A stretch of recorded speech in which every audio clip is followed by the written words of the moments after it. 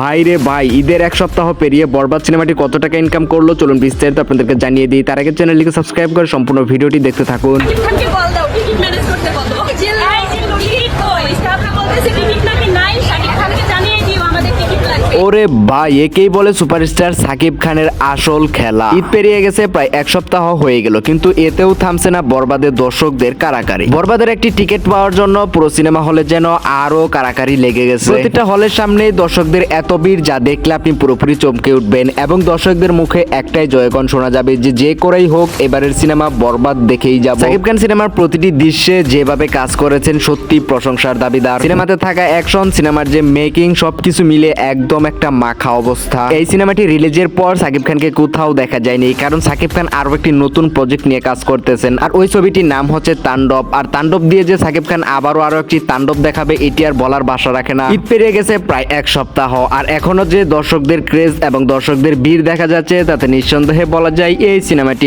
100 কোটি ক্রস করে ফেলবে। তো এইবার আসা যাক যে এই সিনেমাটি এখন পর্যন্ত কত কোটি টাকা কালেকশন করলো পুরো দেশ থেকে। যেহেতু আমাদের দেশে কোনো বক্স অফিস নেই সেহেতু সঠিক কোনো তথ্যই এখনো দেওয়া যায়নি, তবে সারা দেশের যেসব হল রয়েছে এইসব হল থেকে যতটুকু আপডেট পাওয়া গেছে তাতে ধারণা করা যাচ্ছে যে এই ছবিটি এখন পর্যন্ত প্রায় 26 থেকে প্রায় 28 কোটি টাকার মতো কালেকশন করে ফেলেছে ইতিমধ্যে এই সিনেমাটি। তবে দর্শকদের ভিড় এবং দর্শকদের ক্রেজ এখনো যে পরিমাণে দেখা যাচ্ছে তাতে নিঃসন্দেহে বলা যায় ছবিটি 100 কোটি ক্রস করে ফেলবে। প্রিয় ভিউয়ার্স, বরবাদ সম্পর্কে অবশ্যই একটি মন্তব্য করে যাবেন কমেন্ট বক্সে এবং চ্যানেলটিকে সাবস্ক্রাইব করে আমাদের সাথে থাকুন।